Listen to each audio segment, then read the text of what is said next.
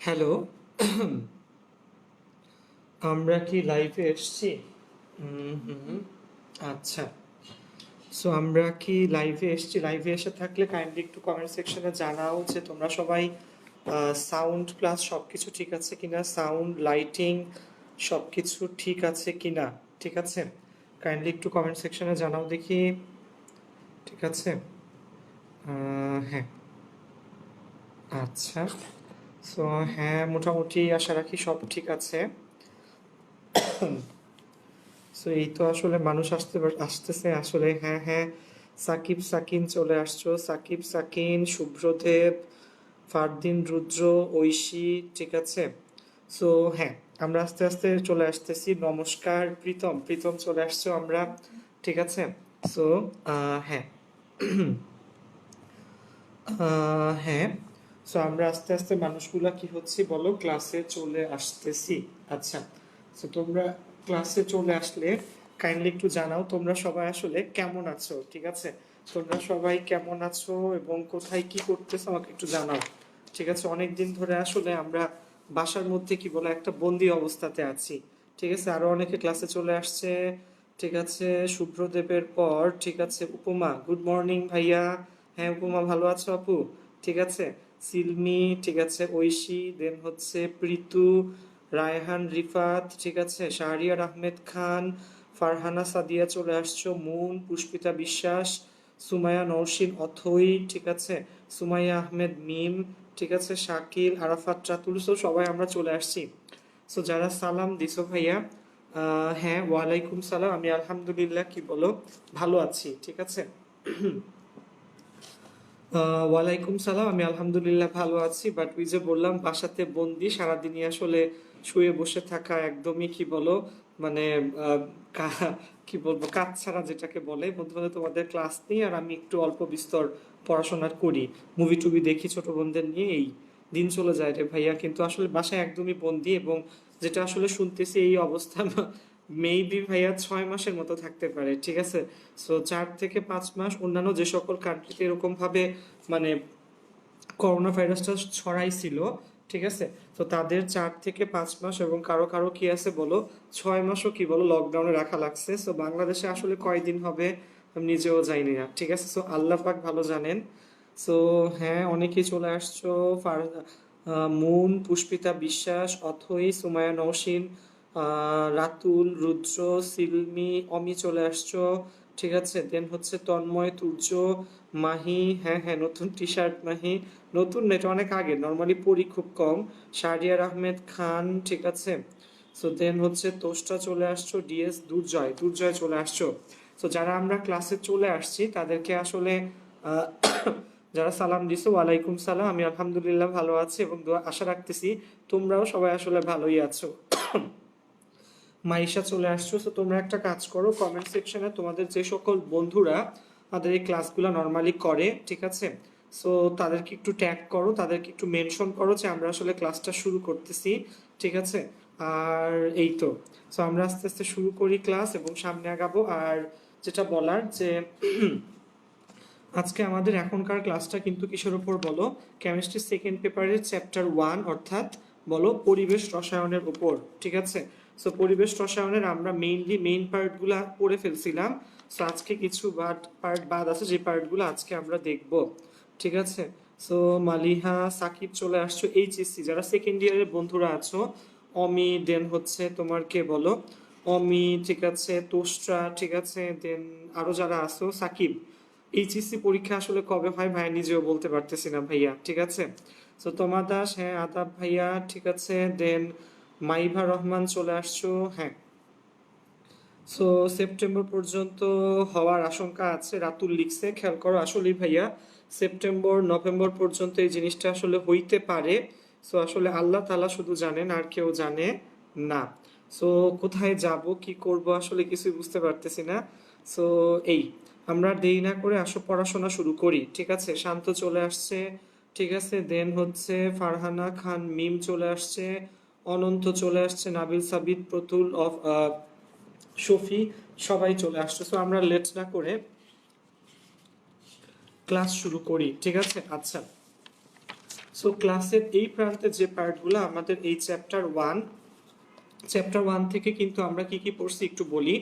আমরা বিভিন্ন gaseous type সম্পর্কে কিন্তু আসলে পড়ছি, ঠিক আছে। ওকে, সো বিভিন্ন গ্যাসাস টাইপ সম্পর্কে আসলে পড়ে নেওয়ার পর আসলে আজকে আলো বেশি দেখা যাচ্ছে, বুঝলাম না কেন।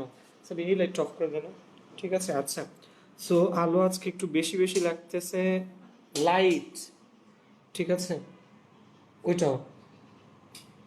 আচ্ছা, এটা জ্বালা। আহ, হুম হুম, এটা অফ করে এটা জ্বালা। আচ্ছা হ্যাঁ ঠিক আছে, যাক সমস্যা নেই। আলোটা একটু ঠিক করে নিলাম। আসলে অনেকগুলো লাইট, তো এখানে 3টা লাইট থাকে আমার রুমে, কারণ আমি বেশি আলোতে পড়তে পছন্দ করি এই জন্য। সো যাই হোক, সো আমরা ক্লাস শুরু করি, ঠিক আছে। আচ্ছা, আমাদের ক্লাসের আজকের এই প্রান্তে শোনো, আমি তোমাদেরকে ক্লাসের লাস্টের দিকে, ঠিক আছে, তোমাদেরকে কি বলছিলাম বলো, বিভিন্ন গ্যাসাস বলো বায়ুমণ্ডলের স্তর সম্পর্কে বলছিলাম। তোমাদের কি সবার মনে আছে? বায়ুমণ্ডলের অনেকগুলো স্তর ছিল, ঠিক আছে। আচ্ছা, সেই স্তরগুলো সম্পর্কে বলছিলাম। তো আজকের ক্লাসটা আমরা শুরু করব কয়েকটা শর্টকাটস দিয়ে, ঠিক আছে। আজকের পার্টটা আমাদের কয় নাম্বার ক্লাস বলো? আজকের ক্লাসটা হচ্ছে পরিবেশ রসায়নের চ্যাপ্টার কত বলো? পার্ট হচ্ছে 7, ঠিক আছে, খেয়াল রাখবা। কেমিস্ট্রি সেকেন্ড পেপার, আমাদের পরিবেশ রসায়নের কত বলো? পার্ট 7 এর ক্লাস আজকে, ঠিক আছে। আচ্ছা, তো তোমরা একটু মনোযোগ সহকারে ক্লাস করলো, ঠিক আছে।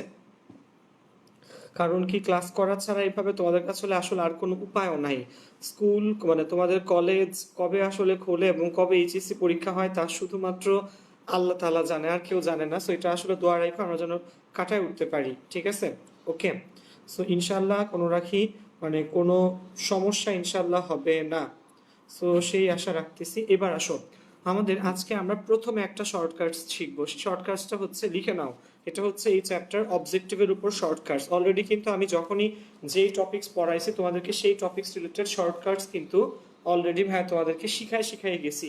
সো আজকে প্রথম যে শর্টকাটসটা আমরা দেখব সেটা হচ্ছে তোমার আদর্শ গ্যাসের উপর, ঠিক আছে। খেয়াল রাখবা যে আদর্শ গ্যাসটা আগে দেখাবো না, যাও ব্যাপনের হারের উপর। তোমরা একটা শর্টকাটস একটু লিখে নাও যে যে গ্যাসের আণবিক ভর যত বেশি সেই গ্যাসের ব্যাপন হার তত কম, অর্থাৎ সেই গ্যাস তত ধীরে ছড়ায়, ঠিক আছে। কিসের উপর বলো? ব্যাপনের হারের উপর। যে গ্যাসের ব্যাপনের হার যত বেশি সেই গ্যাসের বলো সরি যেই গ্যাসের আণবিক ভর যত বেশি সেই গ্যাসের ব্যাপনের হার তত কম। সো আণবিক ভর বেশি হওয়া মানে কি? গ্যাসটা ভারী। আণবিক ভর বেশি মানে গ্যাসটা বলো ভারী। সো ভারী গ্যাস কি করবে? ভারী গ্যাস আস্তে আস্তে ছড়াবে, এবং হালকা গ্যাস হইলে দ্রুত ছড়ায় যাবে। জিনিসটা মনে রেখে, তো অবজেক্টিভে অনেক আসবে, ঠিক আছে। সো একটু লিখে নিও ভাইয়া সবাই যে যে গ্যাসের আণবিক ভর যত বেশি সেই গ্যাসের কি বলো বলো ব্যাপন হার তত কম, ঠিক আছে। সো এটা খুব বেশি আসে অ্যাডমিশন টেস্টে এবং আমাদের এইচএসসি অবজেক্টিভে। সো আমি তোমাদেরকে কয়েকটা গ্যাসের নাম দিচ্ছি: oxygen, carbon die oxide, ammonia, ঠিক আছে, অ্যামোনিয়া, দেন হচ্ছে নাইট্রোজেন আর হাইড্রোজেন। 5টা গ্যাস। তোমাদের এই 5টা গ্যাসের কিসের ক্রম বলো? এই 5টা গ্যাসের তোমার ব্যাপনের হারের ক্রম দেখানো লাগবে। কয়টা গ্যাস বলো? 5টা গ্যাস। দেখো,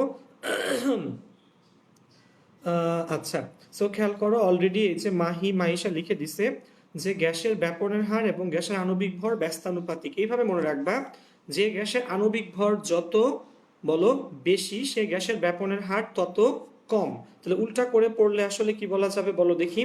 যে গ্যাসের আণবিক ভর যত কম সেই গ্যাসের ব্যাপনের হার তত বেশি। তো আমি তোমাদেরকে 5টা গ্যাস দিচ্ছি, 5টা গ্যাসের ব্যাপনের হারের ক্রম আমাকে একটু লিখে দেখানো লাগবে। ওকে, আচ্ছা, সো 5টা গ্যাস একটু দেখো। 5টা গ্যাস হচ্ছে oxygen, carbon die oxide, ammonia, nitrogen এবং আরেকটা কি বলো? হাইড্রোজেন। কি কি? Oxygen, carbon die oxide, ammonia, nitrogen এবং হাইড্রোজেন। এই 5টা গ্যাসের ব্যাপনের হারের ক্রম, ঠিক আছে। এই 5টা gas oxygen, carbon die oxide, ammonia, nitrogen, hydrogen. একটু ক্লোজ ধরিস, ঠিক আছে। এই 5টা গ্যাসের কিসের লাগবে? ব্যাপনের হারের ক্রম আমরা দেখতে চাচ্ছি। ওকে, আচ্ছা, সো অক্সিজেনের আণবিক ভর কত বলো? অক্সিজেন হচ্ছে 32, কার্বন ডাই অক্সাইড কত? 44, অ্যামোনিয়া কত বলো? 17, নাইট্রোজেনের আণবিক ভর 28। হাইড্রোজেন হচ্ছে 2। তাহলে এদের মধ্যে খেয়াল করো, এদের মধ্যে সবচেয়ে কম ব্যাপনের মানে সবচেয়ে কম আণবিক ভর কার? হাইড্রোজেন। সো হাইড্রোজেনের, সো এটা কি লিখবো বলো? ব্যাপনের হারের ক্রম, ব্যাপনের, ঠিক আছে, ব্যাপনের হারের ক্রম, ঠিক আছে। তো এদের ব্যাপনের হারের ক্রম যদি আমরা দেখতে চাই, তো এখানে চিন্তা করো ব্যাপনের হারের ক্রমের মধ্যে এখানে সবচেয়ে কম কোনটা? হাইড্রোজেন। সো হাইড্রোজেন হবে সবচেয়ে আগে, হাইড্রোজেনের ব্যাপন হার হবে সবচেয়ে বেশি। এরপরে কে হবে বলো? 2 এর পরে হচ্ছে 17, হাইড্রোজেনের পরে হবে অ্যামোনিয়া, অ্যামোনিয়ার পরে কে হবে বলো? 28, নাইট্রোজেন, ঠিক আছে। নাইট্রোজেনের পরে হবে অক্সিজেন, এবং অক্সিজেনের পরে হবে সবার শেষে কি বলো? Carbon die oxide. তাহলে ব্যাপনের হার সবচেয়ে বেশি কার? হাইড্রোজেনের, সবচেয়ে কম কার? কার্বন ডাই অক্সাইডের। মনে থাকবে? তো আশা রাখি সবাই বুঝতে পেরেছো। ওকে, শর্তটা কি ছিল বলো দেখি? যে গ্যাসের আণবিক ভর যত কম তার ব্যাপনের হার তত বেশি। হাইড্রোজেনের সবচেয়ে কম দেখে আণবিক ভর সবচেয়ে কম, ব্যাপনের হার সবচেয়ে বেশি। এরপরে কে বলো? এরপরে হচ্ছে তোমার কে বলো? অ্যামোনিয়া, অ্যামোনিয়ার পরে নাইট্রোজেন, এরপর অক্সিজেন এবং সবার শেষে কার্বন ডাই অক্সাইড। সো ব্যাপনের হারের ক্রম, ঠিক আছে, খেয়াল রাখবা। অনেকেই আসলে কমেন্ট সেকশনে সুন্দর করে লিখে দিচ্ছ, সো থ্যাংক ইউ তোমাদেরকে। সো ব্যাপনের হারের এই ক্রমটা কি আমরা বুঝতে পেরেছি বলো? ঠিক আছে। সো এই পাঁচটা গ্যাস, এই পাঁচটা গ্যাস নিয়ে আমরা কি শিখলাম? ফার্স্টেই বলো ব্যাপনের হারের ক্রম শিখলাম, ঠিক আছে। এবং এই পাঁচটা গ্যাস নিয়ে আমরা বেশ কয়েকটা কাজ কিন্তু আসলে করব। আচ্ছা, সো হ্যাঁ, আশা রাখি সবাই বুঝতে পারছো, ধরা কি গেছে জিনিসটা? ঠিক আছে। সো অনেকেই আশা রাখি বুঝতে পেরেছো। হ্যাঁ হ্যাঁ। সো করোনা হালকা তাই দ্রুত ছড়াচ্ছে, ঠিক আছে। আচ্ছা যাই হোক, অনেকেই লিখছো। সো প্রীতম, প্রীতম দেন হচ্ছে আচ্ছা আচ্ছা, হ্যাঁ দুর্য, এটার উপর 6টা ক্লাস হয়ে গেছে। প্রীতম, মাইভা রহমান, আসিফ, পুষ্পিতা, শুভ্রদেব দেন হচ্ছে তমা দাস, অনেকে আসলে সঠিক অ্যান্সার লিখছো। সো জিনিসটা একটু মনে রাখবা শর্টকাটের জন্য, যে গ্যাসের আণবিক ভর যত কম তার ব্যাপনের হার তত বেশি। উল্টা করে বললেন, যে গ্যাসের আণবিক ভর যত বেশি তার ব্যাপনের হার তত কম, ঠিক আছে। সো আশা রাখি তোমাদেরকে আমি বুঝাইতে পারছি জিনিসটা। সেকেন্ডটা যেটা, সেটা হচ্ছে তোমাকে এইরকমই কয়েকটা গ্যাস দিয়ে দিবে এবং তোমাকে বলবে এদের তোমার আদর্শ আচরণের ক্রম লেখো, ঠিক আছে। মনে রাখবা, এদের কি বলো? আদর্শ আচরণের ক্রম লেখো, ঠিক আছে। আমি আবারও বলতেছি, এই পাঁচটা গ্যাসই ধরো দিয়ে দিল এবং তোমাদেরকে বলবে আদর্শ আচরণের ক্রম লেখো। আমি তোমাদেরকে শর্টকাটটা একটু বুঝাই। শর্টকাটটা হচ্ছে, এটা মনে রাখবা তোমরা, যে গ্যাসের আণবিক ভর যত কম সেটি তত বেশি আদর্শ আচরণের, মানে কোনো বাস্তব গ্যাসই আসলে কি না, আমি তোমাদেরকে ফ্র্যাঙ্কলি জিনিসটা একটু বলে নিই ফার্স্টে। কোনো বাস্তব গ্যাসই কিন্তু আদর্শ না, ঠিক আছে। আদর্শ গ্যাস একটা স্পেশাল কন্ডিশনে, সরি, বাস্তব গ্যাস একটা স্পেশাল কন্ডিশনে আদর্শ আচরণ করে, মনে রাখবা।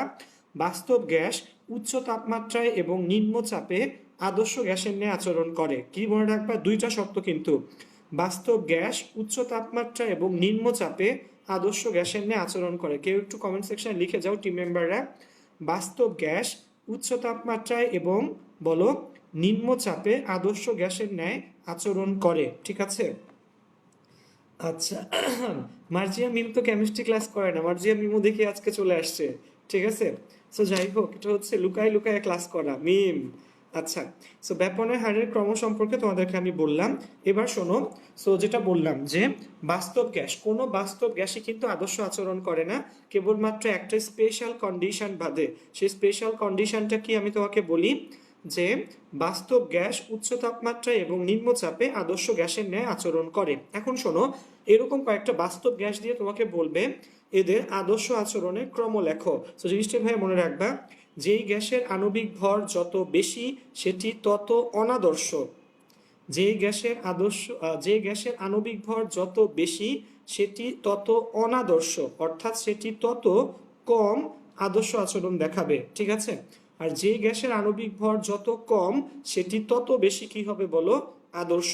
মনে থাকবে বন্ধুরা, ঠিক আছে। যে গ্যাসের আণবিক ভর যত কম সেটি তত বেশি আদর্শ, ঠিক আছে। ওকে, সো আমরা এখন যে শর্টকাটসটা লিখবো সেটা হচ্ছে আদর্শ হওয়ার ক্রম, ঠিক আছে। সো আদর্শ হওয়ার ক্রম, সো আদর্শ হওয়ার ক্রমে শর্টকাটটা কি বলো দেখি ভাইয়াকে। ঠিক আছে, আচ্ছা। সো একটু কমেন্ট সেকশনে লিখে দিও যে যে গ্যাসের আণবিক ভর যত কম সেটি তত বেশি আদর্শ। আচ্ছা, সো আদর্শ হওয়ার ক্রম আর ব্যাপনের হারের যে ক্রম আমরা লিখছিলাম এটা কিন্তু অলমোস্ট কি হবে বলো, সেম হবে। ঠিক আছে, অলমোস্ট কি হবে, সেম হবে। লামিয়া ইসলাম মার্জিয়া মিমকে ডেংচি দিচ্ছে। হ্যাঁ, মিম তো আসলে কেমিস্ট্রি পড়ে না, বাট মিম আজকে চলে আসছে, দেখছো লামিয়া। ঠিক আছে, ওর কাছে আর কোনো উপায় নাই। ঠিক আছে, সো ওর চলে আসতে বাধ্য হয়েছে সুহান ভাইয়ের কাছে। আচ্ছা, সো আদর্শ হওয়ার ক্রম, ওকে। আচ্ছা, সো আদর্শ হওয়ার ক্রমে যেটা বলতেছিলাম ভাইয়া, যে গ্যাসের আণবিক ভর যত কম সেটি তত বেশি কি বলো, আদর্শ। সো আসো, এই গ্যাসগুলার এই যে এই পাঁচটা গ্যাসেরই যদি আমরা কি করি, ঠিক আছে ধর, আচ্ছা, তো এই পাঁচটা গ্যাসেরই যদি আমরা আদর্শ হওয়ার ক্রম করি, তাহলে এখানে সবচেয়ে বেশি আদর্শকে হাইড্রোজেন, সবচেয়ে বেশি এক্স্যাক্টলি এই সিরিয়ালটা আদর্শ হওয়ার ক্রম কি, হাইড্রোজেন, এরপরে কি বলো অ্যামোনিয়া, ঠিক আছে, এরপরে কি বলো নাইট্রোজেন, এবং এরপরে অক্সিজেন, সবচেয়ে কম কে বলো কার্বন ডাই অক্সাইড। ঠিক আছে, সো আমরা মনে রাখবো যে গ্যাসের আণবিক ভর যদি আমরা জানি, আমরা এদের ব্যাপনের হারের ক্রম বের করতে পারবো, আমরা এদের আদর্শ হওয়ার ক্রম বের করতে পারবো। ঠিক আছে, এরপরে একটা নতুন টার্মস আছে, টার্মসটার নাম হচ্ছে অ্যামাগা বক্র। কি নাম বলো, অ্যামাগা বক্র। ঠিক আছে, আচ্ছা, সো অ্যামাগা বক্রটা একটু বোঝা লাগবে। ওকে, আচ্ছা, সো অ্যামাগা বক্রটা আসলে কি খেয়াল করো এখানে। অ্যামাগা বক্রটা আমি তোমাকে একটু বুঝাই। ঠিক আছে, অ্যামাগা বক্র হচ্ছে এই আদর্শ আচরণ থেকে বাস্তব গ্যাসের বিচ্যুতিকে, ঠিক আছে, সো আশা রাখি এই আদর্শ হওয়ার ক্রমটাও তোমরা ধরতে পারছো। সো অ্যামাগা সরি, অ্যামাগা বক্রটা তোমাদেরকে আমি একটু বলি।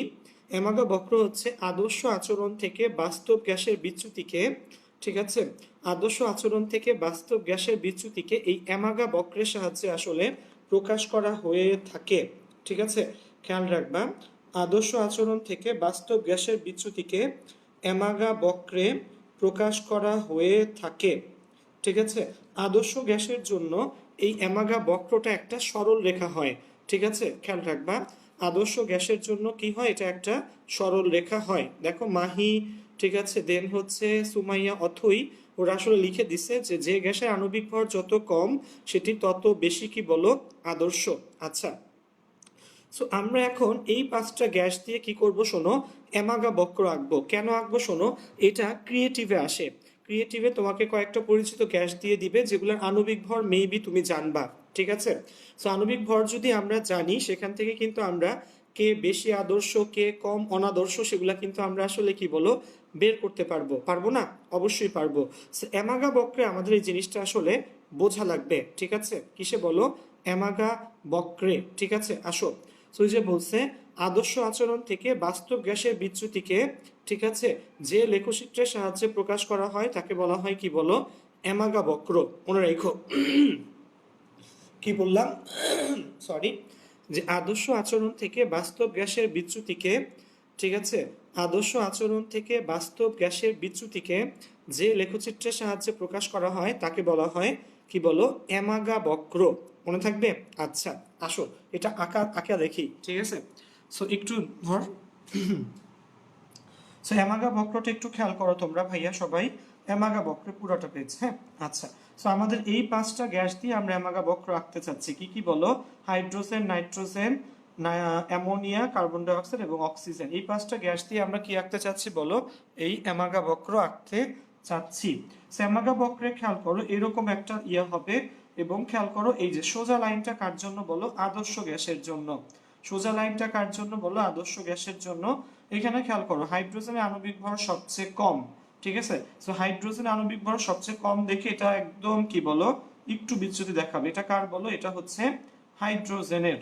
ঠিক আছে, এবং হাইড্রোজেনের পর কে আসে বলো, হাইড্রোজেনের পর আণবিক ভর সবচেয়ে কম হচ্ছে অ্যামোনিয়ার। অ্যামোনিয়া রেখা থেকে অল্প একটু বিচ্যুতি দেখাবে, এটা কার বলো, অ্যামোনিয়ার। ঠিক আছে, সো ফার্স্টে হাইড্রোজেনেরটা দেখো, আমি কিন্তু আদর্শ গ্যাসেরটা কোনটা, আদর্শ গ্যাসেরটা হচ্ছে এই যে এটা, যেটাকে আমি একটু বোল্ড করে দেই তোমার জন্য যেন তোমরা সহজে বুঝো। এই বোল্ড করা পার্টটা হচ্ছে কার জন্য বলো? আদর্শ গ্যাসের জন্য। হাইড্রোজেনেরটা হচ্ছে এখান থেকে এরকম নর্মাল, অ্যামোনিয়ারটা কি বলো? এই রকম, ঠিক আছে? ওকে, আচ্ছা। সো খেয়াল রাখবে অ্যামোনিয়ারটা হচ্ছে তোমার বলো কি রকম? অ্যামোনিয়ারটা হচ্ছে একটু বিচ্যুতি। অ্যামোনিয়ার পরে কে? নাইট্রোজেন। নাইট্রোজেনেরটাকে তুমি আর একটু নিচে দিয়ে নিয়ে যাবা, ঠিক আছে? নাইট্রোজেনেরটাকে তুমি কি করবা বলো? আর একটু নিচে, দেখো নাইট্রোজেনেরটা কিন্তু আর একটু নিচে নেমে গেছে। ওকে, সো নাইট্রোজেনের পরে হচ্ছে অক্সিজেন, এটাকে তুমি আর একটু নিচে দিয়ে উঠাও, এটা কারটা ধরো অক্সিজেন, এবং সবার শেষে carbon die oxide. So carbon die অক্সাইডটা আর একটু নিচে দিয়ে ধরো তুমি এইভাবে দেখাইলা, ঠিক আছে? সো খেয়াল রাখবা এইখানে ভাইয়া যারটা যত নিচে সে তত কি বলো? কম অনাদর্শ, ঠিক আছে? খেয়াল রাখবা যারটা যত নিচে, যেমন একেবারে সবার নিচেরটা কার বলো? এটা হচ্ছে কার্বন ডাই অক্সাইড। এর ঠিক উপরেরটা কার বলো? এটা হচ্ছে অক্সিজেনের। এটা কার বলো? নাইট্রোজেনের। এটা হচ্ছে অ্যামোনিয়ার। এবং এটা কার বলো? এটা হচ্ছে হাইড্রোজেনের। ঠিক আছে, আমরা একটু ক্লোজ করে শুধু এটাকেই দেখাই। অ্যামাগা বক্রটা একটু খেয়াল করো তোমরা, একটু বুঝো বন্ধুরা, ঠিক আছে? এই যে আমি যে ডিপ লাইনটা দিলাম, এটা কার জন্য বলো? এটা হচ্ছে আদর্শ গ্যাসের জন্য। কার জন্য? আদর্শ গ্যাসের জন্য, ঠিক আছে? এবং এই ডিপ লাইনের খেয়াল করো, ঠিক আছে? নর্মালি শুনবা, এই যে হাইড্রোজেনটা আমি উপরে দিলাম, বাকি চারটায় কেন নিচে দিলাম আমি একটু বলি। যে সকল গ্যাসের তোমার মোট আণবিক ভর হচ্ছে 10-এর কম, তাদেরকে নর্মালি এই দাগের উপরে দেখাইতে হয়, মনে রাখবা। যে সকল গ্যাসের আণবিক ভর মোটামুটি কি বলো? মোট আণবিক ভর 10-এর কম, তাদেরকে এই দাগের, এই যে আদর্শ গ্যাসের জন্য যে দাগ, এই দাগের উপরে দেখানো লাগে। সো হাইড্রোজেন আণবিক ভর হচ্ছে 2, যেটা 10-এর কম, এটাকে আমরা উপরে দেখাইছি। এরপরে যেগুলো 10-এর বেশি সেগুলো নিচে নিচে দেখাইতে হবে। অ্যামোনিয়া 17, ঠিক আছে? নাইট্রোজেন 28, অক্সিজেন 32, ঠিক আছে? এবং কার্বন ডাই অক্সাইড হচ্ছে 44। এর জন্য অ্যামোনিয়া একটু নিচে, নাইট্রোজেন যেহেতু 28 আরো নিচে, অক্সিজেন 32 আরো নিচে, এবং ফাইনালি কার্বন ডাই অক্সাইড সবচেয়ে বেশি নিচে, ঠিক আছে? সো আমরা এখান থেকে আসলে কয়টা জিনিস শিখলাম ওই পুরাটা? সো এই গ্যাসগুলার রেসপেক্টে আমরা আসলে কয়টা জিনিস শিখলাম বলো? 3টা জিনিস। ব্যাপনের হারের ক্রম, এদের আদর্শ অনাদর্শের ক্রম, এবং এদের দিয়ে এই গ্যাসগুলা দিয়ে কিভাবে কি করে বলো? অ্যামাগা বক্র আসলে আঁকে, ঠিক আছে? এই গ্যাসগুলা দিয়ে কি করে, কিভাবে অ্যামাগা বক্র আঁকে, ঠিক আছে? সো কাইন্ডলি একটু কমেন্ট সেকশনে জানাও যে তোমরা আসলে বুঝতে পারছো কিনা এই পার্টটা, ঠিক আছে? কমেন্ট সেকশনে ঝটপট একটু জানাও যে বোঝা গিয়েছে কিনা। ব্যাপনের হারের ক্রম, আদর্শ হওয়ার ক্রম, অ্যামাগা বক্র, ঠিক আছে? ওকে, সো আশা রাখি ধরতে পারতেছো এবং বুঝতেও পারতেছো, ঠিক আছে? যাই হোক, সো থ্যাংক ইউ, অনেকেই আসলে অ্যান্সার করে দিচ্ছ। আহ, মনে থাকবে বন্ধুরা, যেই বক্রটা যত বেশি নিচে সেটা তত কম কি বলো? তত কম আদর্শ, মানে তত বেশি কি বলো?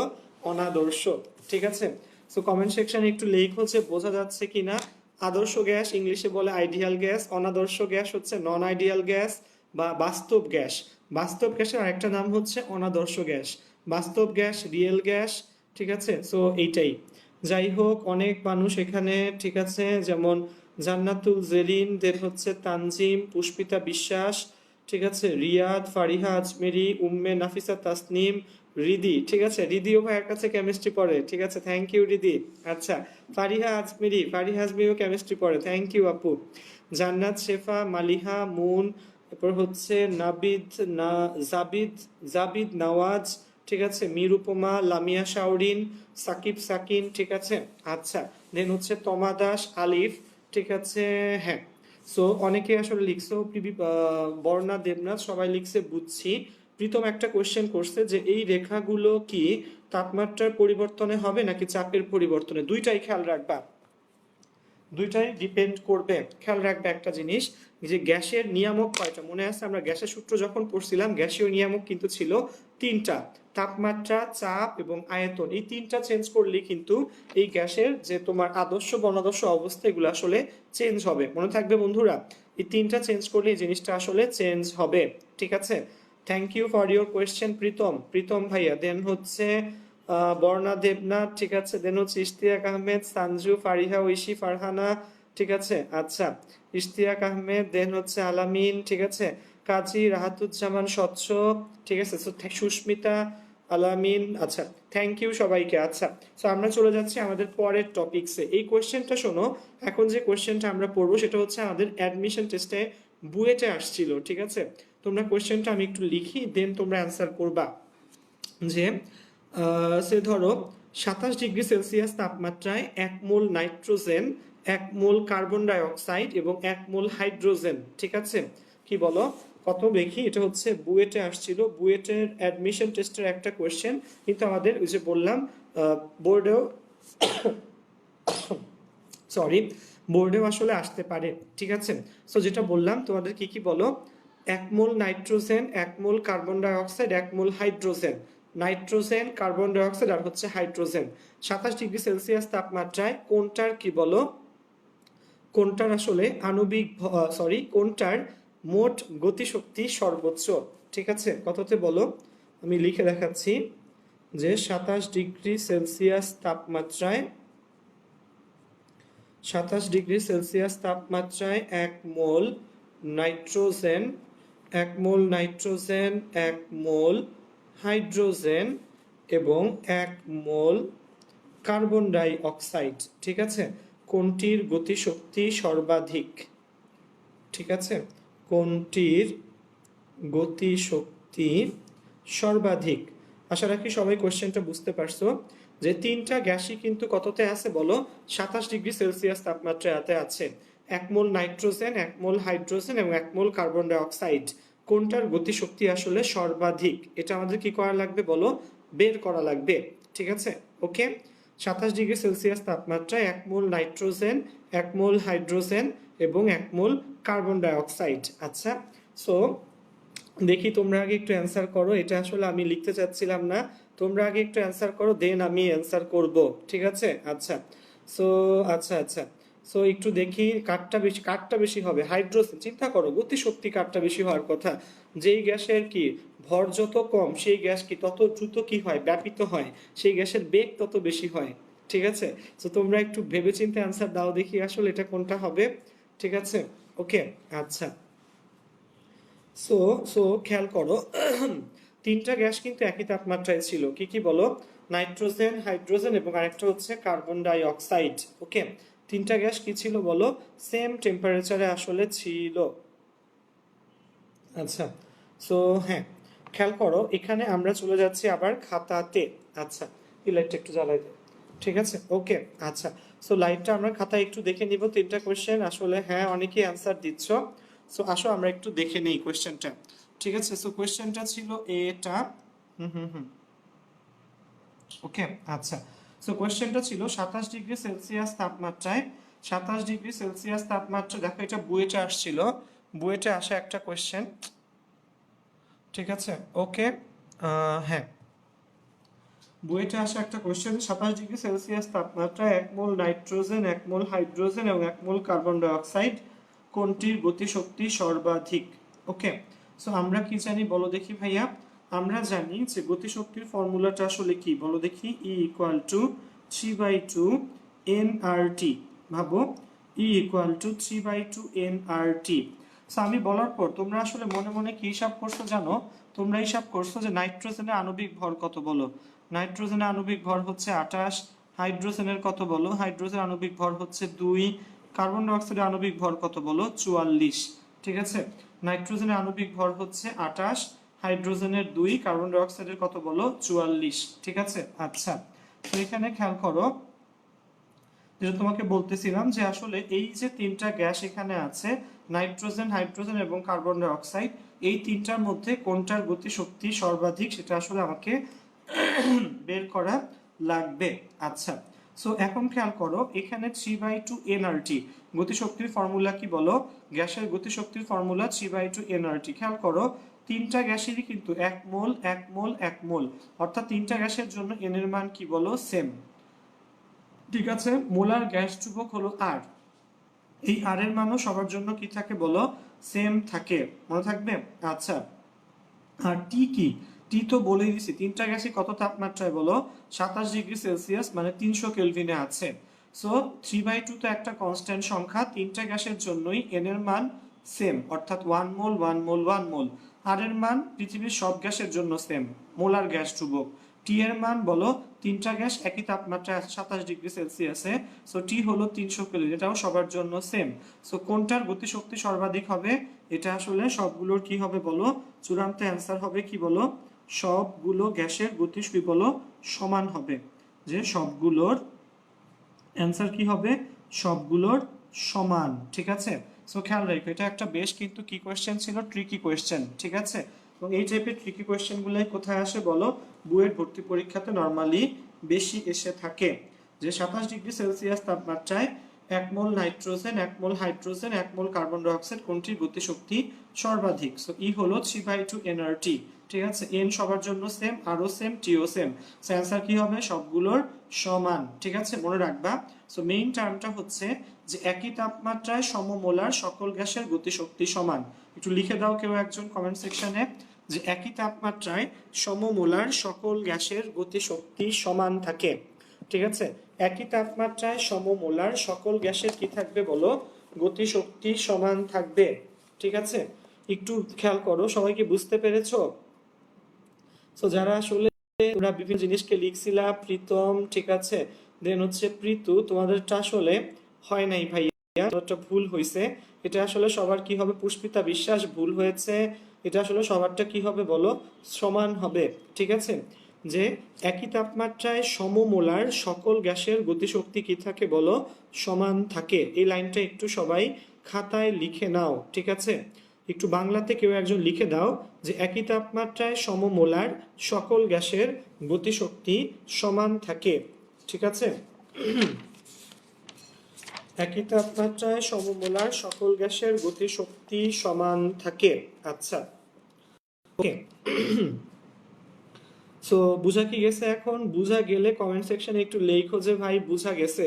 শাহরিয়ার আহমেদ খান জি ভাইয়া, নিরুপমা, শফি লিখছে জি ভাইয়া, ঠিক আছে।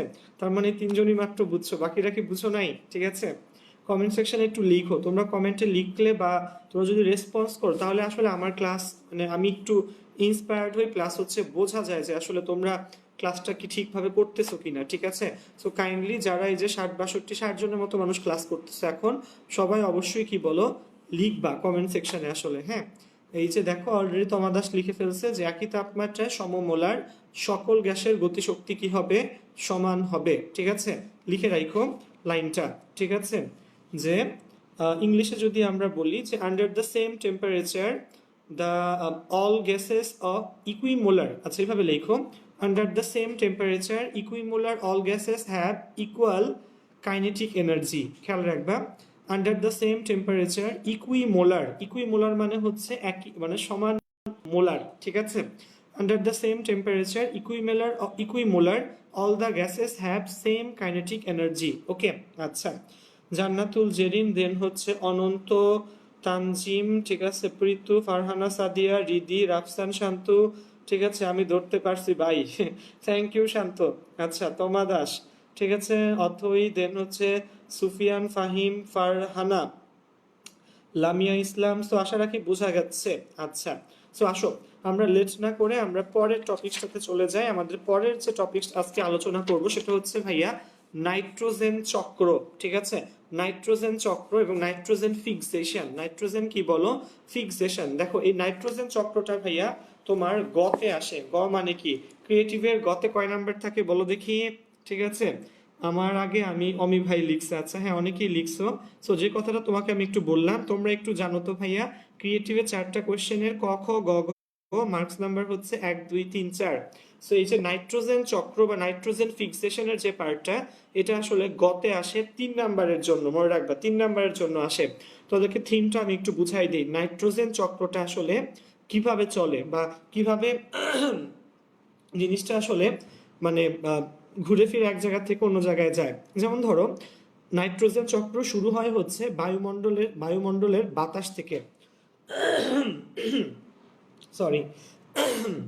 তো শোনো, বায়ুমণ্ডলের বাতাস কিন্তু একটা মিশ্র পদার্থ, এটা কিন্তু মৌলিক পদার্থও না, যৌগিক পদার্থও না, বায়ু একটা মিশ্র পদার্থ। এবং এই বায়ুমণ্ডলে 78%-এর মতো কি আছে বলো, নাইট্রোজেন আছে, ঠিক আছে। এবং শোনো এই নাইট্রোজেন কিন্তু নর্মালি খুবই কি বলো, নিষ্ক্রিয় পদার্থ, ঠিক আছে। নিষ্ক্রিয় গ্যাস কয়টা বলো, নিষ্ক্রিয় গ্যাস হচ্ছে মোট 6টা। নিষ্ক্রিয় গ্যাসের অনেকগুলা নাম, নিষ্ক্রিয় গ্যাস, অভিজাত গ্যাস, বিরল গ্যাস, নোবেল গ্যাস, এই 4টা নামে এদেরকে আমরা ডাকি। নিষ্ক্রিয় গ্যাস মোট কয়টা বলো? 6টা। হিলিয়াম, নিয়ন, আর্গন, ক্রিপ্টন, জেনন এবং 6 নম্বরটা হচ্ছে রেডন। হিলিয়াম, নিয়ন, আর্গন, ক্রিপ্টন, জেনন এবং রেডন। ঠিক আছে, মনে রাখবা নাইট্রোজেনকে বলা হয় সপ্তম নিষ্ক্রিয় মৌল। ঠিক আছে, তোমার থিওরিটিক্যাল কেমিস্ট্রিতে নাইট্রোজেনকে বলা হয় নিষ্ক্রিয় গ্যাসের পর সবচেয়ে নিষ্ক্রিয় মৌল। খেয়াল রাখো, ভুল যেন না হয়। ঠিক আছে, সবচেয়ে নিষ্ক্রিয় গ্যাস বাদে সবচেয়ে নিষ্ক্রিয় মৌলকে নাইট্রোজেন। আর সবচেয়ে সক্রিয় মৌল কি তোমরা জানো কেউ? ঠিক আছে, আচ্ছা, হ্যাঁ, একটু বিরক্তিকর টপিকস এটা। সো সবচেয়ে সক্রিয় মৌলটা হচ্ছে তোমার, দেখি কে কে পারো কমেন্ট সেকশনে লিখো তো। আমি একটু পর নাইট্রোজেন চক্র শেষে আমি সবচেয়ে সক্রিয় মৌলটার কথা তোমাদেরকে বলবো। তোমরা যারা জানো এই জিনিসটা একটু কমেন্ট সেকশনে লিখো, সবচেয়ে সক্রিয় মৌল কে। ঠিক আছে, ওকে, আচ্ছা। সো যে কথাটা আমি তোমাদের এখন বলতেছিলাম সেটা হচ্ছে তোমার কি বলো, নাইট্রোজেন চক্র। বায়ুমণ্ডলস্থ বাতাসের প্রায় 78% হচ্ছে নাইট্রোজেন। সো মেঘে মেঘে যখন ঘর্ষণ হয় বিদ্যুৎ চমকায়, খেয়াল রাখবা, মেঘে মেঘে যখন ঘর্ষণ হয় তখন বিদ্যুৎ চমকায়, এবং এই বিদ্যুৎ চমকানোর ফলেই কিন্তু কি হয় শোনো, বিদ্যুৎ যখন চমকায় তখন প্রায় 3000 থেকে 6000 ডিগ্রি সেলসিয়াস তাপমাত্রা উৎপন্ন হয়। ঠিক আছে, সো এই উচ্চ তাপমাত্রায় নাইট্রোজেন করে কি বলো, নাইট্রোজেন অক্সিজেনের সাথে তখন বায়ুমণ্ডলস্থ অক্সিজেনের সাথে দহন বিক্রিয়া দেয়। সো এত মেঘে মেঘে ঘর্ষণের ফলে বিদ্যুৎ চমকায় এবং তখন প্রায় 3000 থেকে 6000 ডিগ্রি সেলসিয়াস তাপমাত্রা উৎপন্ন হয়। এবং এই উচ্চ তাপমাত্রায় কি হয় বলো, এই উচ্চ তাপমাত্রায় নাইট্রোজেন অক্সিজেন বিক্রিয়া করে nitric oxide, nitrogen die oxide, nitrous oxide, এই অক্সাইডগুলো ফর্ম করে। ঠিক আছে, এবং এই অক্সাইডগুলো ওই যে মেঘে মেঘে ঘর্ষণ হওয়ার পরে যে বৃষ্টি হয়, বৃষ্টির পানির সাথে মিশে এই যে নাইট্রোজেন ডাই অক্সাইড, ঠিক আছে, নাইট্রিক অক্সাইড, এগুলা বলো অ্যাসিড বৃষ্টি রূপে ভূপৃষ্ঠে নেমে আসে। ঠিক আছে, এবং ভূপৃষ্ঠের তোমার এগুলা মাটির সাথে মিশে যায়। গাছ করে কি, গাছ করে কি শোনো, গাছ এই নাইট্রোজেনটাকে নাইট্রেট আয়ন রূপে তার বডিতে নেয়, গাছ বা বিভিন্ন উদ্ভিদ। ঠিক আছে, সো বোটানিক্যাল গাছগুলা কি করে বলো, বোটানিক্যাল গাছগুলা সেগুলা এই মাটিতে যে নাইট্রোজেন থাকে সেটাকে কি আকারে বলো, নাইট্রেট আয়ন আকারে বা নাইট্রেট লবণ আকারে কি করে উদ্ভিদ তার নিজের দেহে নেয়। ঠিক আছে, নিল নিজের দেহে, উদ্ভিদ তার নিজের দেহে এটা নেওয়ার পর উদ্ভিদ খায় কে আবার বলো, মানুষ। আমরা কি করি, উদ্ভিদ খাই, এইভাবে এটা আবার মানুষের বডিতে আসে। ঠিক আছে, আবার আমরা কি করি, আমাদের যে ইউরিন, তোমার মলমূত্র, সো মূত্রের একটা উপাদান হচ্ছে তোমরা জানো ইউরিয়া। ঠিক আছে, সো ইউরিয়াতে কি থাকে বলো, নাইট্রোজেন থাকে, এবং ইউরিয়াতে এই মলমূত্রের সাহায্যে কি হয়, আমাদের বডি থেকে নাইট্রোজেন আবার পরিবেশে চলে যায়। এইভাবে কিন্তু এটা সাইকেলটা ইয়ে করে। বায়ুমণ্ডল থেকে বায়ুমণ্ডল থেকে কি বলো, ফার্স্টে হচ্ছে তোমার মেঘে মেঘে ঘর্ষণের ফলে বিভিন্ন নাইট্রোজেনের অক্সাইড, এটা আবার কি করে বলো, এটা তোমার অ্যাসিড বৃষ্টি রূপে ভূপৃষ্ঠে নেমে আসে, ভূপৃষ্ঠ থেকে গ্রহণ করে উদ্ভিদ, উদ্ভিদ থেকে মানুষ, এবং এইভাবে জিনিসটা মানে সার্কুলারলি চলতে থাকে। ঠিক আছে, সো নাইট্রোজেন চক্রটা তোমাদের যাদের কাছে বই আছে তোমরা বই থেকে অবশ্যই একটু পড়বা। ঠিক আছে, এবার শোনো, তোমাদের কাছে কোয়েশ্চেন ছিল, অনেকেই অনেক কিছু লিখছো, কিন্তু আমি খুব হতাশ যে একজনেরও আসলে হয় নাই। রসায়নে এখন মোট মৌলের সংখ্যা কয়টা বলো? রসায়নে আমাদের পর্যায় সারণীতে মোট মৌলের সংখ্যা হচ্ছে 119টা। এর মধ্যে সবচেয়ে সক্রিয় মৌল হচ্ছে ফ্লোরিন। লিখে রাখো সবাই, ফ্লোরিন, এফ। ঠিক আছে, আমাদের হ্যালোজেন গ্রুপটা গ্রুপ 17, হ্যালোজেন গ্রুপের প্রথম সদস্য হচ্ছে ফ্লোরিন। ফ্লোরিন হচ্ছে সবচেয়ে সক্রিয় মৌল। ঠিক আছে, ওকে, আচ্ছা। সো অনেকে লিখছো তোমার লিথিয়াম, সোডিয়াম, ঠিক আছে, দেন হচ্ছে কার্বনও লিখছে, আল্লাহ রিদি। ঠিক আছে, আচ্ছা, দেন হচ্ছে হ্যাঁ হ্যাঁ, সবচেয়ে সক্রিয় মৌল কে বলো, ফ্লোরিন। মনে রাখবা সবচেয়ে সক্রিয় মৌল হচ্ছে ফ্লোরিন, এবং ফ্লোরিন কিন্তু একটা কি বলো, অধাতু। সো সবচেয়ে সক্রিয় অধাতুও কিন্তু কি বলো, ফ্লোরিন। ঠিক আছে, আচ্ছা, তো সবচেয়ে সক্রিয় মৌল ফ্লোরিন, সবচেয়ে সক্রিয় অধাতু ফ্লোরিন। এবার তোমরা বলো দেখি ভাইয়া, ঠিক আছে, যে সবচেয়ে সক্রিয় ধাতুকে। ঠিক আছে, আচ্ছা, সবচেয়ে সক্রিয় ধাতুকে। ঠিক আছে, আমি একটু জানতে চাই। ঠিক আছে, অনেকে আবার ইংলিশে লিখলে অনেকে বুঝবে না, তো শোনো, সবচেয়ে সক্রিয় ধাতুকে এটা তোমরা আমাকে একটু জানাও। ঠিক আছে, ততক্ষণে আমি তোমাদেরকে পরের টপিকসটা পড়ায় ফেলি। ঠিক আছে, পরের টপিকসটা হচ্ছে গ্যাসীয় বজ্র মানে বর্জ্য এবং বায়ু দূষণ, ঠিক আছে। শোনো, একটা হচ্ছে বজ্রপাত, ঠিক আছে। আমি সবসময় না এই বজ্রপাতের বজ্র আর হচ্ছে বর্জ্য মানে আবর্জনা, বর্জ্য আবর্জনা এই দুটার মধ্যে মিলায় ফেলতাম ছোটবেলায়, ইনফ্যাক্ট এখনো মিলায় ফেলি। একটা হচ্ছে বজ্রপাত, বজ্র, ঠিক আছে। আচ্ছা, আর একটা হচ্ছে ময়লা আবর্জনা এরকম বর্জ্য, ঠিক আছে। একটা হচ্ছে বজ্র আর একটা হচ্ছে বর্জ্য, ঠিক আছে। যাই হোক, তো আমরা যেটা পড়বো সেটা কিন্তু বজ্রপাত না, সেটা হচ্ছে শিল্পের গ্যাসীয় দূষণ, ঠিক আছে। বা আরেকটা নাম কি বলো? আচ্ছা, সো শিল্পের গ্যাসীয় দূষণ বা কি বলো, বায়ু দূষণ, ঠিক আছে। সো অনেকেই কমেন্ট করতেছে, অমি লিখছে কি বলো, আমার কমেন্ট না পড়লে তো হতাশ হবে নি, ঠিক আছে। আচ্ছা, যাই হোক, সো দেখি আসলে কয়জন মানুষ আসলে পারে। সো হ্যাঁ, আমি একটু দেখতে চাচ্ছি কয়জন মানুষ আসলে এই জিনিসগুলার অ্যান্সার দিতে পারে, ঠিক আছে। ওকে, আচ্ছা। সো এই যে আমি একটু তোমাকে বলি, জিনিসটা হচ্ছে আমাদের শিল্প কারখানা থেকে কি হয় বলো, শিল্প কারখানায় শিল্পায়নের ফলে, ইন্ডাস্ট্রিয়ালাইজেশনের ফলে কি হয় বলো। হ্যাঁ হ্যাঁ, আচ্ছা আচ্ছা, হ্যাঁ মাইশা মালিয়া একটা সুন্দর কথা লিখছে যে রিদি ভাইয়ার কাছে আগে থেকে কেমিস্ট্রি পড়লে আজকে কার্বন বলতি না। Thank you Maisha Maliha, thank you আপু। আচ্ছা, তোমাদেরকে একটু তোমাদের ইয়ে বলি, তোমরা অনেকেই আসলে ভুল লিখতেছো।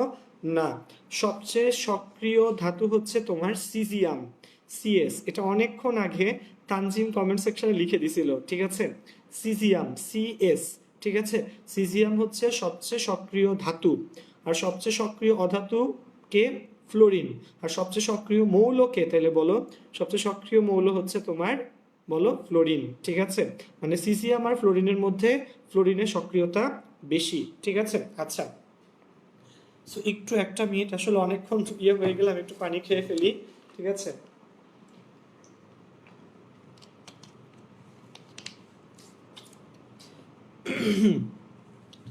আচ্ছা, ওকে। সো কলকারখানা থেকে শিল্পায়নের ফলে কি হয় বলো, carbon die oxide, sulphur die oxide, nitrogen die oxide, এই গ্যাসগুলো কিন্তু বের হয়, ঠিক আছে। আচ্ছা, সো আমি তোমাকে দুইটা টপিকস আসলে এখানে একসাথে পড়াচ্ছি, একটা হচ্ছে এটা এবং আরেকটার নাম হচ্ছে তোমার অ্যাসিড বৃষ্টি। কি নাম বলো? অ্যাসিড বৃষ্টি, অ্যাসিড রেইন, ঠিক আছে। সো অ্যাসিড রেইনও বলে, অ্যাসিড বৃষ্টিও বলে, যেটাই বলো তুমি, ঠিক আছে।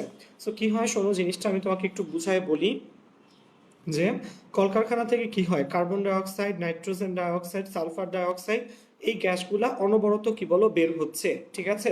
সো অ্যাসিড রেইন কখন আমরা বলবো শোনো, অ্যাসিড রেইন হচ্ছে এই যে গ্যাসগুলো যে বারবার বের হয়, এগুলা বৃষ্টির পানির সাথে মিশে, মিশে কি হয় শোনো, মিশে তোমার অ্যাসিড আকারে কি করে বলো, ভূপৃষ্ঠে পড়ে, ঠিক আছে।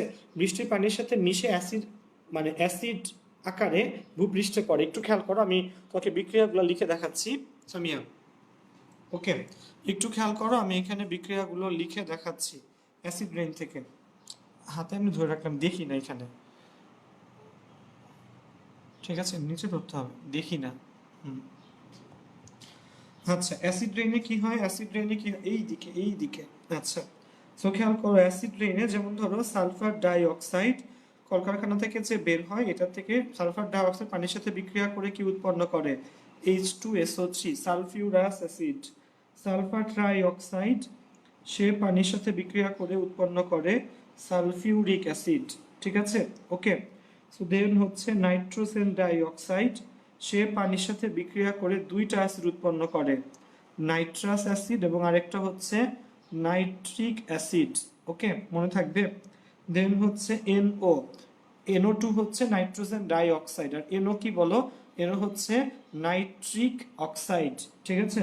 ও পানির সাথে বিক্রিয়া করে উৎপন্ন করবে কি বলো, শুধুমাত্র HNO2। এবং আমাদের বাতাসস্থ কি বলো, কার্বন ডাই অক্সাইড, সে বেচারাও পানির সাথে বিক্রিয়া করে উৎপন্ন করে কার্বনিক অ্যাসিড, ঠিক আছে। সো বিক্রিয়াগুলো একটু সবাই দেখে নাও, অ্যাসিড রেইনের এই কয়েকটা বিক্রিয়া আসলে মনে রাখা লাগবে।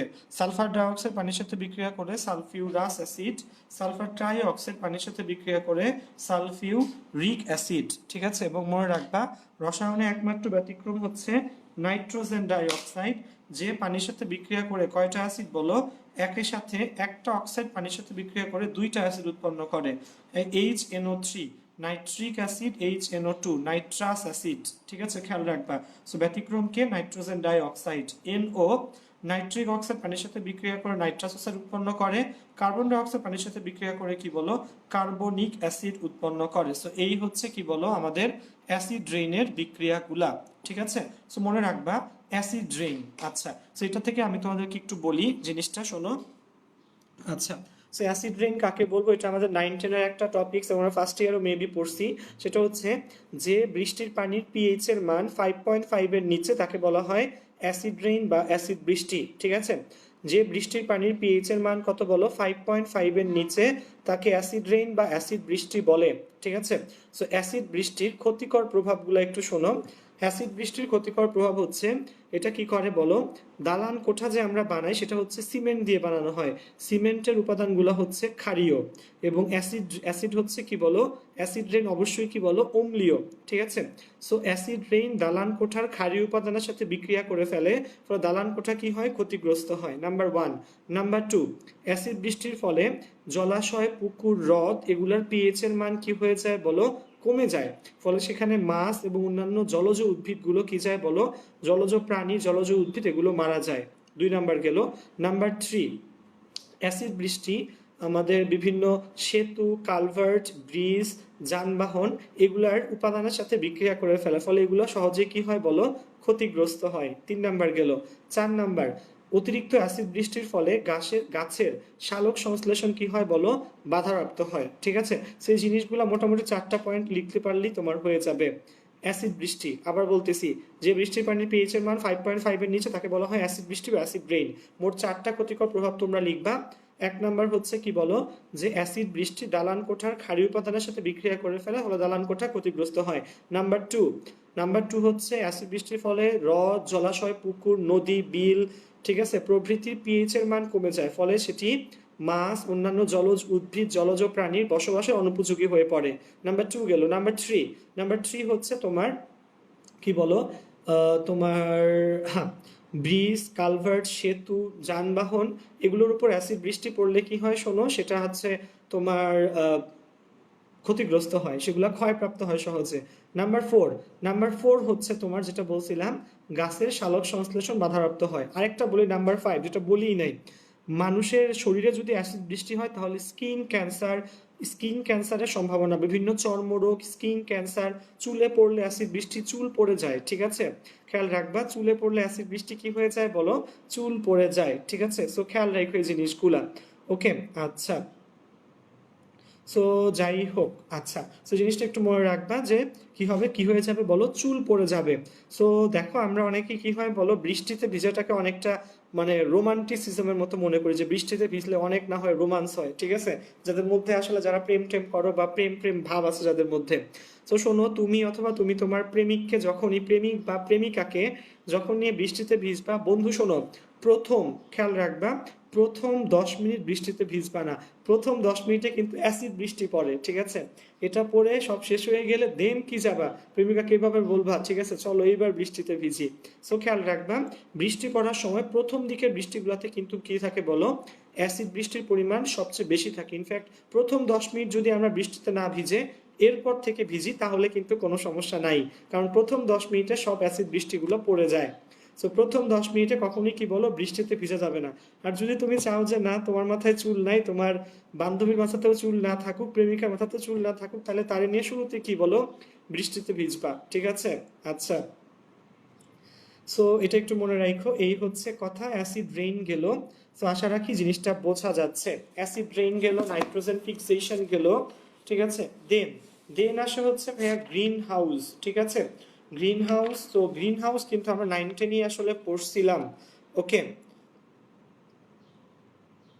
আচ্ছা আচ্ছা, অনেকেই অনেক সুন্দর কিছু লিখতেছে, দেখো সাকিব সাকিন সে অনেক কষ্ট করে লিখছে, হ্যাঁ, যে আমি সিঙ্গেল ক্যান তাই প্রথম 10 মিনিট বৃষ্টিতে ভিজি বলি, হ্যাঁ এজন্যই সাকিব সাকিন। দেন অনন্ত লিখছে ভাই 11 মিনিট থেকে খেলা হবে, ঠিক আছে, যাই হোক কোনো সমস্যা নাই, 11 মিনিট থেকে কি হবে বলো খেলা হবে, ঠিক আছে, ওকে।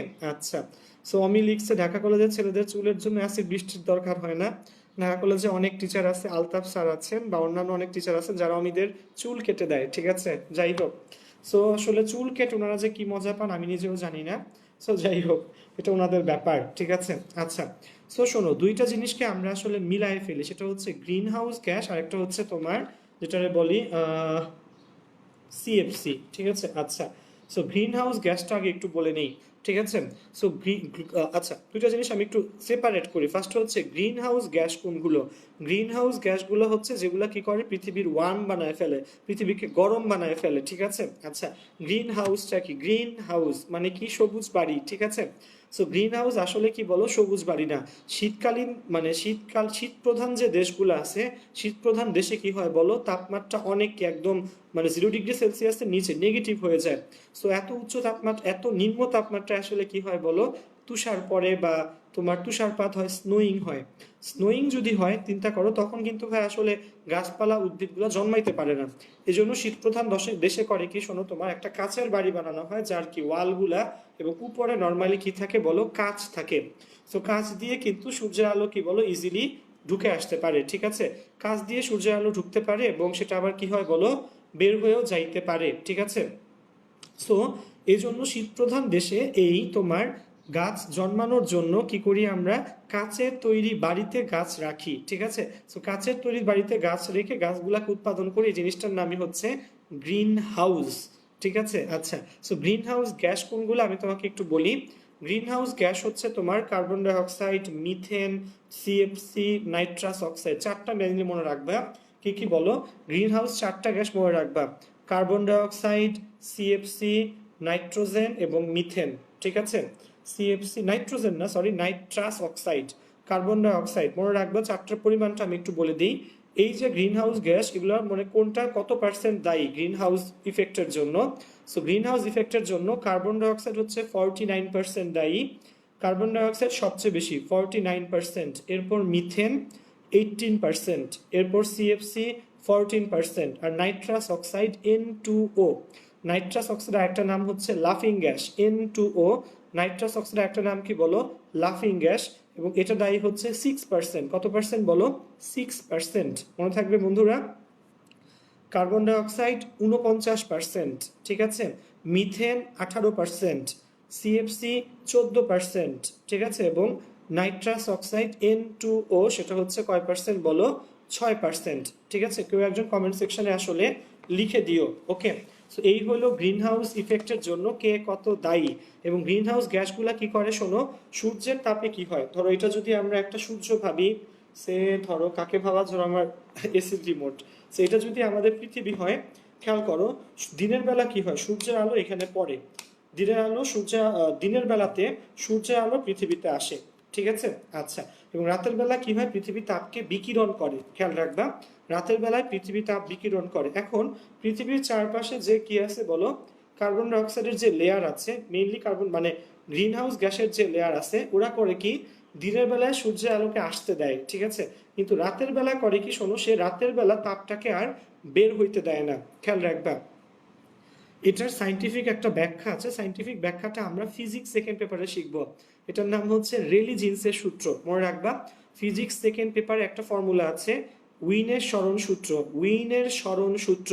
ঠিক আছে, ফিজিক্স সেকেন্ড পেপারে একটা ফর্মুলা আছে, উইনের সরণ সূত্র। সেখানে আমরা ব্যাখ্যাটা পড়বো যে কেন দিনের বেলা সূর্যের আলো আসতে পারে কিন্তু রাতের বেলা বিকিরণ তাপ বের হয়ে যেতে পারে না। সো দেখো, সূর্যের তাপ কিন্তু পৃথিবীতে আসলো দিনের বেলায়, রাতের বেলা সে যদি বিকীর্ণ হইতে না পারে তাহলে কি হয়? পৃথিবীর মধ্যে তাপটা আটকা পড়ে যায়।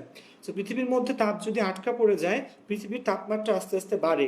পৃথিবীর তাপমাত্রা বাড়লে হয় কি তোমার শোনো, আমাদের মেরু অঞ্চলে, মরু অঞ্চল না, হ্যাঁ মরুভূমি না, মেরু অঞ্চলে অ্যান্টার্কটিকা, দেন হচ্ছে ওশেনিয়া, অস্ট্রেলিয়ান দিকে এই সাইডগুলোতে মানে তোমার অ্যান্টার্কটিকা যে বিপুল পরিমাণ বরফ সঞ্চিত আছে, এই বরফগুলো আস্তে আস্তে গলে যায়।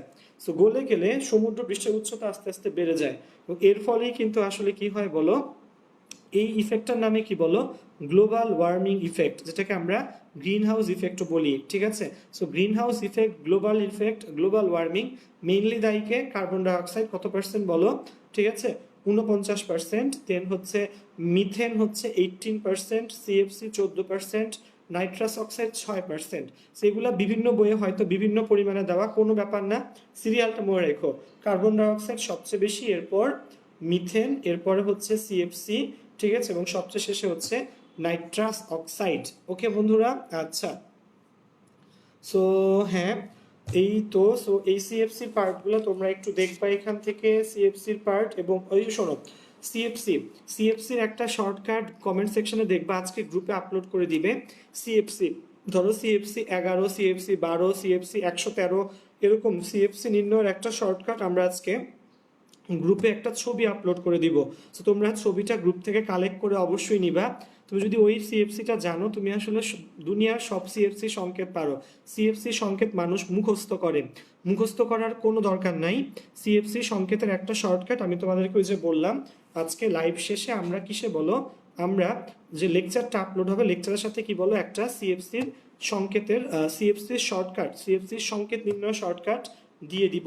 তোমরা সিএফসি পার্ট থেকে পড়বা সিএফসি সংকেত নির্ণয় এবং সিএফসি কিভাবে ওজোন স্তরকে ধ্বংস করে। এই দুইটা কোয়েশ্চেন অনেক ইম্পর্টেন্ট। সিএফসি সংকেত নির্ণয় এবং কি বলো সিএফসি কিভাবে ওজোন স্তরকে ধ্বংস করে, ঠিক আছে। তো দেন আসলে অনেক কিছু আছে, এগুলো বাংলা কথাগুলো আমি তোমাদেরকে একটু টার্মসগুলো বলে যাই, কারণ আজকে আমাদের চ্যাপ্টার 1 অর্থাৎ কি বলো এটার লাস্ট ক্লাস, ঠিক আছে। আচ্ছা, মানে কোনটা, পরিবেশ রসায়নের লাস্ট ক্লাস হচ্ছে আজকে, সেটা হচ্ছে তোমার, তুমি এরপর বিওডি সিওডি এগুলো পড়লো, ঠিক আছে। সো বিওডি সিওডি কি বলো দেখি, ঠিক আছে। বিওডি, বিওডি কি বলো, সিওডি হচ্ছে কেমিক্যাল অক্সিজেন ডিমান্ড, আর বিওডি হচ্ছে বায়োকেমিক্যাল অক্সিজেন ডিমান্ড, ঠিক আছে। খেয়াল রাখবা, বিওডি সিওডি আমি আসলে খুঁজে পাচ্ছি না কোথায় আছে, যতটুকু আমি জানি বিওডি বায়োকেমিক্যাল অক্সিজেন ডিমান্ড, আর সিওডি কি বলো, কেমিক্যাল অক্সিজেন ডিমান্ড, ঠিক আছে। আচ্ছা, সেই জিনিসটা একটু খেয়াল রাখো, এগুলো যেন আমাদের ভুল না হয়, ঠিক আছে। ওকে, আচ্ছা হ্যাঁ। So BOD biochemical oxygen demand, COD TOD হচ্ছে শুধু কেমিক্যাল অক্সিজেন ডিমান্ড, শুধু লেখা লাগবে না, ঠিক আছে। সো দেন হচ্ছে পানি দূষণ। সো তোমরা যারা পরিবেশ দূষণ রচনা বাংলা সেকেন্ড পেপারে লিখতা, তারা আসলে এগুলা পারবা, ঠিক আছে। এই লাস্টের দিকের পার্টগুলা শুধু বাংলা, অনেকটা পরিবেশ দূষণ রচনার মতো, ঠিক আছে। সো এই যে ইটিপি, ইটিপি মানে কি, ইটিপি হচ্ছে তোমার effluent treatment plant, effluent EFFLUENT, effluent treatment plant, খেয়াল রাখবা ইটিপি, ইফ্লুয়েন্ট ট্রিটমেন্ট প্ল্যান্ট, ঠিক আছে। এই জিনিসগুলো একটু মনে রাখা লাগবে, ঠিক আছে, খেয়াল রাখো। ওকে, জিনিসটা যেন তোমাদের ভুল না হয়, ইফ্লুয়েন্ট ট্রিটমেন্ট প্ল্যান্ট হচ্ছে ইটিপি। আচ্ছা, ইটিপি গেল, দেন দেন বিওডি সিওডি তো দেখলা তোমরা। দেন হচ্ছে আর্সেনিকের দূষণটা একটু পড়ো, কারণ এটা মধ্যে মধ্যে পরীক্ষাতে দিয়ে দেয়। আর্সেনিকের দূষণ এগুলো তোমরা পড়তে গেলে দেখবা একটু আসলে ঝামেলায় পড়বা, কারণ এগুলো আসলে অনেকগুলাই অনেক বেশি টাইপের কি বলো বাংলা, ঠিক আছে। সো বাংলা কথা এগুলোতে আসলে বেশি, এই জন্য আমরা একটু আসলে ঝামেলা টামেলায় পড়ে যেতে পারি। সো কোনো ব্যাপার না। এই সো এই হচ্ছে আমাদের কি বলো সেকেন্ড পেপারের চ্যাপ্টার 1, ঠিক আছে। সেকেন্ড পেপারের চ্যাপ্টার কি বলো 1। সো চ্যাপ্টার 1 এর উপর শোনো, চ্যাপ্টার 1 এর উপর একটা সাজেশন আমরা কয়েকদিন পর দিয়ে দিব, যে চ্যাপ্টার 1 থেকে কোন টাইপের জিনিসগুলো আসলে বেশি পড়লে তুমি এই কলেজে দেন হচ্ছে এইচএসসি পরীক্ষায় ইনশাল্লাহ কমন পাবা। চ্যাপ্টার 1 থেকে কোন টপিকসগুলো বেশি ইম্পর্টেন্ট সেটার উপর একটা সাজেশন আমরা গ্রুপে কি করব বলো দিয়ে দিব, ঠিক আছে। ওকে, আচ্ছা। সো জারিফ বিন বেলায়, তুই মাত্র আসছো আসলে সারাদিন পরে, ঠিক আছে। আচ্ছা, সো হ্যাঁ, সো হ্যাঁ, অনেকটুকু ক্লাস আমরা নিয়ে ফেললাম, অলমোস্ট 1 ঘন্টা হয়ে গেছে। সো তোমরা একটু কাইন্ডলি কমেন্ট সেকশনে লিখে জানাও যে ক্লাসগুলো আসলে বোঝা গেছে কিনা, ঠিক আছে। যদি আজকের পার্টে আমরা বেশি টেকনিক্স এবং তোমার মৌলিক কিছু টার্মস নিয়ে আসলে কি করছি বলো আলোচনা করছি, ঠিক আছে। সো এই জিনিসটা আমাকে একটু লিখে জানাও যে তোমরা ক্লাস কি বলো বুঝতে পেরেছো কি না। ওকে, আচ্ছা। সো প্রায় 50 জন, 50-55 জন মতো মানুষ ক্লাস করতেছি। তো তোমরা অবশ্যই আজকে সন্ধ্যার ক্লাসে কিন্তু চলে এসো। আজকে সন্ধ্যাতে আমাদের 10.6 এর লাস্ট ক্লাস কিন্তু হবে ইনশাল্লাহ, ঠিক আছে। সো 10.6 এর লাস্ট ক্লাসটা আজকে সন্ধ্যায় আমরা নিব, এবং এরপরে ইনশাল্লাহ 10.7 ধরবো আমরা। সো দেখা যাক। সো আসলে সবাই একটু দোয়া রাখো, আমরা আসলে কিভাবে কি করব আমি বুঝে উঠতে পারতেছি না। সো তোষরা বুঝছি, নিরুপমা লিখছে ছুটি, ছুটি লিখে নিরুপমা জিব্বা বের করে দিছে, এবং সে প্র্যাকটিক্যালিও লাইফেও সে একই কাজই করে, যখন সামনাসামনি সে থিত। সো হ্যাঁ, সো হ্যাঁ, অনেকে আসলে হ্যাঁ দেখা হবে ইনশাল্লাহ 7টায়। আচ্ছা আচ্ছা, সিএফসি থেকে বললাম, সিএফসি কিভাবে ওজোন স্তরকে ধ্বংস করে। সিএফসি কাকে বলে, সিএফসি এর সংকেত যেটা শর্টকাট আমরা দিয়ে দিব, এবং সিএফসি কিভাবে ওজোন স্তরকে ধ্বংস করে। ঠিক আছে, এই তিনটা জিনিস। ঠিক আছে Safi, so thank you Safi, Risa, Maiva Rahman, Fariha Sadia, Lamia Islam, Jabed Nawaz, Ananta, সবাই লিখছো, আসলে বোঝা যাচ্ছে। সো তোমাদের সবাইকে আসলে অনেক বেশি বেশি থ্যাঙ্কস। ঠিক আছে, আচ্ছা, যেটা বললাম, 7টাতে আজকে আমাদের 10.6 এর ইনশাল্লাহ লাস্ট ক্লাস হবে। সেই পর্যন্ত সবাই সুস্থ থাকো, ভালো থাকো, এবং অবশ্যই চলে আসবা ক্লাসে। তোমাদের সবাইকে নিয়ে আমাদের আসলে পথ চলা। ঠিক আছে, সো হ্যাঁ, ইনশাল্লাহ সামনে দেখা হবে আজকে আবার সন্ধ্যাতে। সেই পর্যন্ত সবাই সুস্থ থাকো, বাসা থেকে একদমই বের হয়েও না, বাসায় থাকো, সেফ থাকো, প্রিয়জনের সাথে থাকো। ঠিক আছে, ওকে, সবার জন্য শুভকামনা। আসসালামু আলাইকুম।